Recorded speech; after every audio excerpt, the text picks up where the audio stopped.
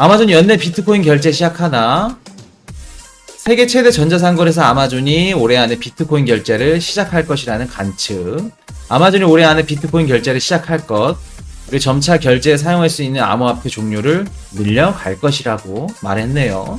올해 연말까지는 아마존이 비트코인 결제를 도입한다는 이야기입니다. 아마존은 연말까지 비트코인 결제를 수락할 계획, 그리고 2022년 자체 토큰을 조사하고 있다고 내부자가 했습니다. 자체 토큰, 아마존도 코인 발행한다는 겁니다, 이제. 그리고 비트코인도 시작합니다. 자, 제프 베조스, 아마존 CEO죠. 자, 이게 중요합니다. 이더리움, 카르다노, 비트코인 캐시, 가장 인기 있는 8가지 암호화폐를 온라인으로 출시하기 전에 다음 라인이 될 것. 이게 무슨 얘기예요? 결제가 이제 비트코인으로 하는데 그 다음 결제가 될 게 이더리움, 카르다노, 비트코인 캐시 외 5가지를 추가로 하겠다는 겁니다. 계획은 이미 있고 2019년부터 작업 중이기 때문에 그리 오래 걸리지 않을 것. 자, 이 문구만 봐도 오래 전부터 그 코인 준비를 했다는 걸 알 수 있죠. 아마존 코인이 2013년도에 이미 발행을 했습니다. 아마존 자체에서 쓰는 코인. 근데 이제 그게 뭐 블록체인에서 쓰이는 코인이 아니라 아마존 내에서, 아마존 생태계 내에서만 사용을 할 수 있는 아마존 코인이라는 게 이미 2013년도에 발행을 했습니다. 발행을 했고, 아마존이 그 비트코인 시장을 미리 예전부터 준비했다는 걸 알 수 있는 게 2017년도에 암호화폐 관련 아마존으로 도메인 이름도 구입을 했습니다. 그러니까 아마존 암호화폐 관련돼서 예를 들어서 뭐 아마존 코인이 나오거나 아니면 아마존에 관해서 암호화폐 쪽으로 아는 사람이 사용을 할 수 없게 이미 도메인도 이름을 구입한 겁니다. 그렇기 때문에 아마존은 최소 한 10년 전부터 지금 암호화폐 시장을 미리 준비하고 있었다라고 보시면 되겠습니다. 제프 베조스 비트코인 무조건 갖고 있습니다.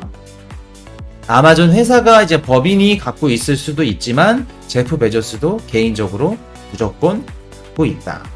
제프 베조스 성향이 일론 머스크랑 좀 같으면서도 달라요. 성향이 좀 모험적인 걸 좀 좋아하는 것도 있고, 최근에 우주여행 한번 갔다 왔었죠. 그렇게 해서 이제 광고를 엄청 하는데, 여기서 이제 중요한 게, 자, 뭐가 중요하냐? 일단 정리를 하자면 2013년도에 발행을 했어요. 아마존 코인.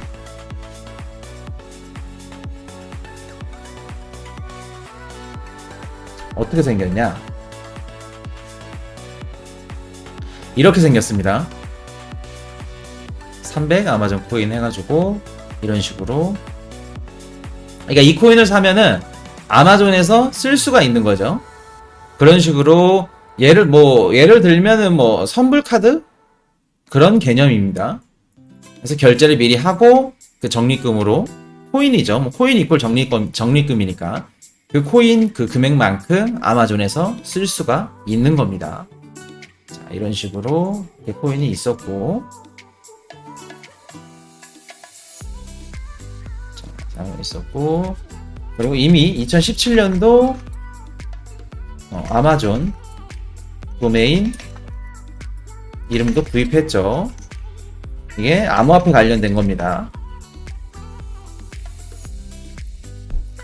그리고 여기서 제일 중요한 거, 연말 내 비트코인 결제 도입한다고 했습니다.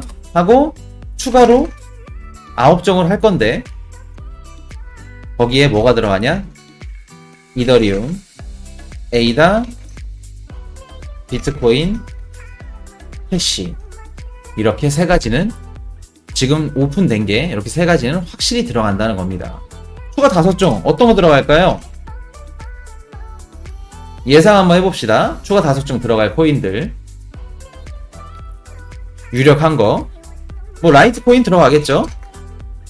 그리고 리플은 소송 유무에 따라, 소송이 안 걸려있으면 리플 무조건 들어가 있습니다. 여기 들어가 있는데 에이다 자리에 리플이 들어갔겠죠. 근데 지금 소송이 걸려있어서 확실치 않다. 리플은 번외로 빼놓고, 자, 빼놓고, 또 뭐 들어갈까요? 도지코인 들어갈 수 있어요, 충분히. 뭐, 이더리움 플래시, 뭐, 트론, 또 뭐 있을까요? 자, 그냥 대놓고 그냥 보여드릴게요. 아, 스텔라가 빠졌네요. 스텔라. 자, 우리 코인이슈 포트폴리오죠. 비트코인 이미 결제됐고요.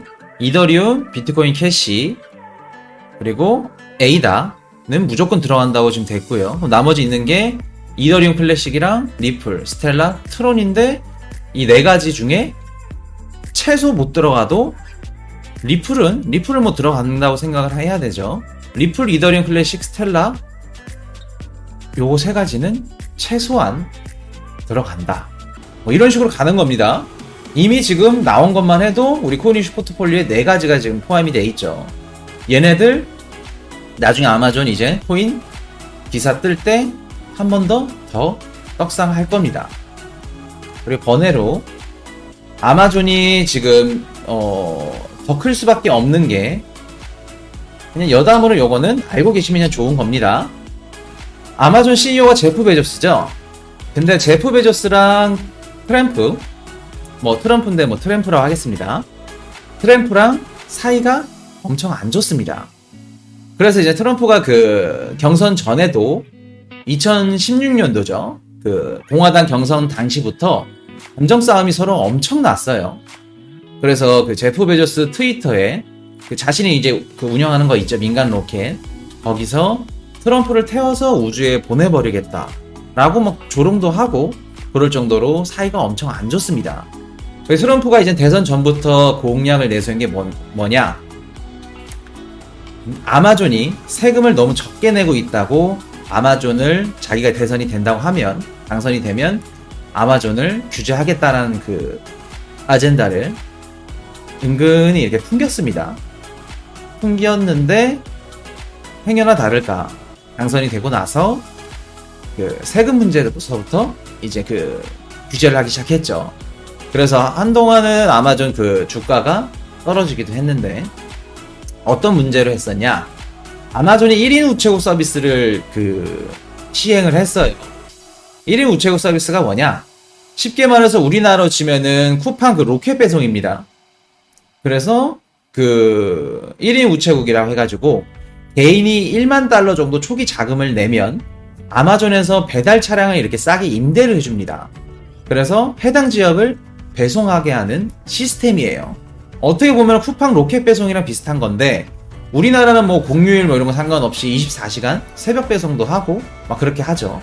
근데 미국은 그렇지가 않아요. 우리나라랑 좀 다릅니다. 24시간 배송도 없을 뿐더러 뭐 또 땅덩어리가 넓다 보니까 그렇게 배송이 하기 힘듭니다. 우리나라처럼. 그런데 미국에서 쿠팡 로켓 배송처럼 그런 시스템을 도입을 하게 된 거죠. 엄청난 거죠, 미국에서는.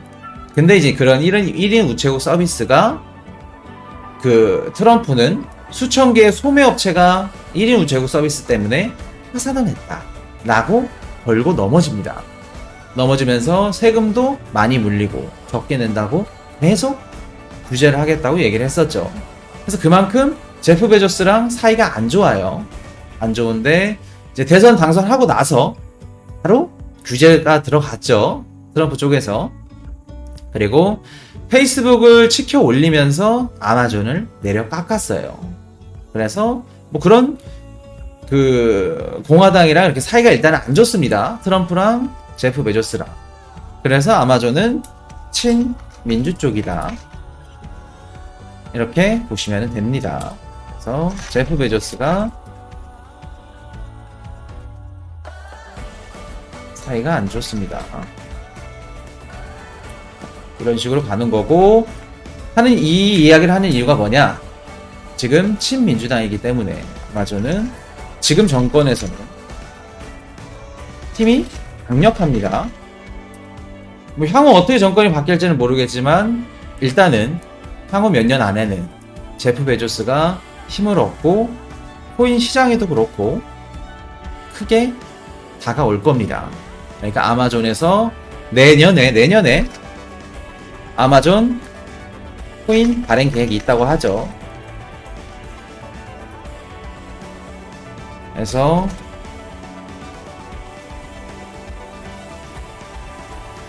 유심히 지켜볼 필요 있습니다. 코인 발행하면 어떤 식으로 흘러가는지, 생태계가 어떻게 결제가 되고 그것도 지켜볼 필요가 있습니다. 아마존의 영향력이 커지는 만큼 아마존에서 결제 허용하는 우리 코인 이슈 포트폴리오 코인들도 가격은 같이 간다고 생각하면 되겠습니다. 자, 그래서 아마존 이슈가 우리한테는 훨씬 더 좋다라고 보시면 돼요. 보시면 되고, 그래서 가격이 지금 비트코인 가격이 이렇게 오른 것도 순전히 아마존 이슈 때문만은 아니다. 한 뭐 비중을 따지자면 한 15% 20% 정도 역할을 한 겁니다. 그리고 나머지 80은 숏, 리퀴드 잡아먹으려고, 청산하려고 들어간 겁니다. 롱. Hey, I got a confession. Been losing all momentum. Just because it's easy, that don't make it better.